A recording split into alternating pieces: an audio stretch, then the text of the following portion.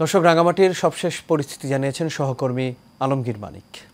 রাঙামাটিতে সর্বশেষ যে পরিস্থিতি এখন রাঙামাটি জেলা প্রশাসন কর্তৃক জারিকৃত যে 144 ধারা, এই 144 ধারা ইতিমধ্যে আজকে দুপুরে প্রত্যাহার করার ঘোষণা দিয়েছেন রাঙামাটি জেলা প্রশাসক মোশাররফ হোসেন খান। এছাড়া রাঙামাটিতে পার্বত্য চুক্তি বিরোধী সংগঠন ইউনাইটেড ডেমোক্রেটিক পিপলস ফ্রন্ট ইউপিডিএফের ডাকে যে 72 ঘন্টার সড়ক ও নৌপথ অবরোধ চলমান রয়েছে।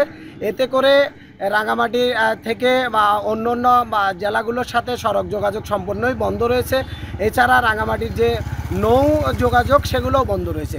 অপরদিকে সন্ত্রাসীদের হামলায় প্রায় অর্ধশতাধিক গাড়ি ভাঙচুরের ঘটনায় রাঙামাটির পরিবহন মালিক শ্রমিকরা অনির্দিষ্টকালের জন্য সকল প্রকার যাত্রী এবং পরিবহন পণ্য পরিবহনের জন্য যে যানবাহন, সমস্ত যানবাহনগুলো তারা বন্ধ রেখেছে, যার ফলশ্রুতিতে অত্রাঞ্চলে উৎপাদিত যে ফসলাদি বা কৃষিজ পণ্য বা এখানকার যে মৎস্য পরিবহন, এখানকার যে কৃষি পণ্য, এগুলো কোনোটাই এখান থেকে দেশের এলাকার বাইরে যেতে পারছে না।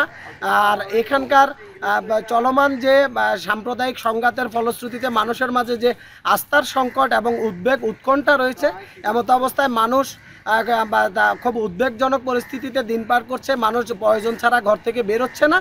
এছাড়া পাহাড়ি এলাকায় পাহাড়িরা, বাঙালি এলাকায় বাঙালিরা যার যার অবস্থানে তারা অবস্থান করছে। তাদের ভিতরে যথেষ্ট আস্থার সংকট রয়েছে।